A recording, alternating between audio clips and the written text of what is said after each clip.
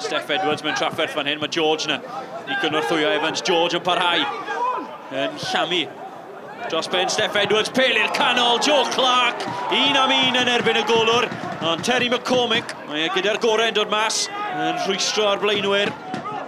Steph Edwards mas ar y wyth. Fentro yn erbyn George ar amddiffynol falle. I'r canol, Matty Jones, heibio un. Yn taro pel beryglus ar hyd wyneb y gol. Mae Kellaway na bron a dathlu gol arall. Liman wedi chodi ac yn rhwystro Jeff Kellaway rhag casglu bedwaredd gol mewn 4 gêm a'i 5 yn erbyn Llanelli y tymor hyn. Williams eto, cyfle i groesi fan hyn. Wedi anelu'r groesiad tuag at rwan. Bel y cwmpo i Jones ar y middle court sy'n taro, chwip o ergyd. Fodfeddi heibio i'r postyn. Dda gan Matty Jones, gryf iawn hefyd. Y chwarae'r ifanc yn gwneud y wych. Croesiad beryglus, Mark Williams. Cefn wrth gol. Yn ei gosod i Baines! Bron a torri'r rwyd. Wes Baines sy'n dathlu gyda'i gyd chwaraewyr.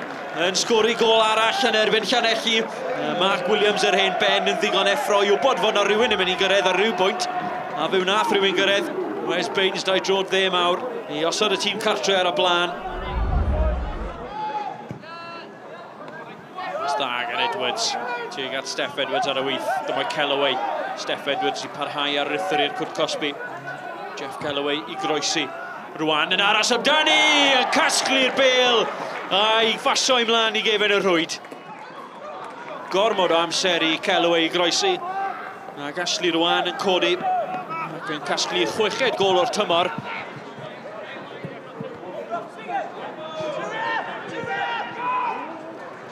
Goi yn ei throi yn y cyfamser ac mae yna gyfle arall i yn Goi sydd yn camsefyll. Tristan Jenkins yn derganfod unan yn y cwrt 6 ar bêl wrth i drad y methu curod Terry McCormick unwaith eto. Goi yn y diwedd yn camsefyll. Mae Mendes wedi rhithro nôl i ddwyn y bêl. Baines. Bêl syml, bêl uchel, bêl hir. Mae Cochlan wedi camddeall bethau. Mae Cochlan i cholli ddi, a mae Mark Williams yn casglu trydydd Aberystwyth. Y triffwynt yn hollol ddiogel bellach. A Llanelli, wel mae tymor siomedig wedi troi'n druenus. Pel hir, pel syml, dros ben yr amddiffyn, a camsyniad gan Scott Cochlan y golwr, sydd wedi cael ei gosbi'n llym iawn gan Mark Williams i bedwerydd i Aberystwyth y tymor hyn. Crysau coch wedi cyrraedd y prestyn bell yna, cewri o'r cefn.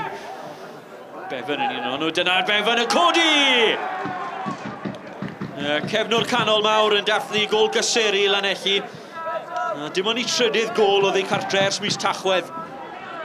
Gol gyntaf i Bevan y tymor hyn. Gavin Allen yn Ev Powell. Fymryn yn rhy nerfus ar hyn o bryd, achos mae Llanelli'n parhau i bwyso. Yn Goi yn y canol. Glyfar, Clark yn erbyn y golwr. O'r diwedd yn curo'r golwr. Wel, mae Llanelli nôl yn ddinawr. Ac mae'n mynd i fod yn 7 munud nerfus iawn i'r tîm cartre.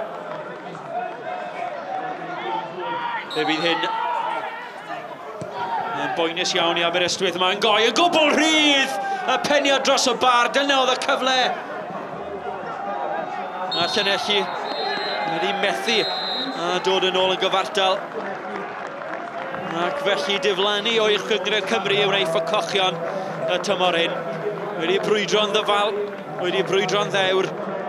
Chwarae teg i Llanelli ddothon nhw mewn i'r gêm ar ôl ni'n mynd i fyny 3 dim. Blawn nath ni'n basio mor dda yn ysbysgu yn hanner o'r dwytha. A fel mae pêl-droed, ta mae'r chwipan wedi mynd yn y diwedd. Mae'r gêm dal wedi fynd. A chwarae teg i Llanelli o'n i'n meddwl nath nhw'n dda i ddod yn ôl yn y diwedd. Blaw, 3 points a beth mwy oedd yn eisiau.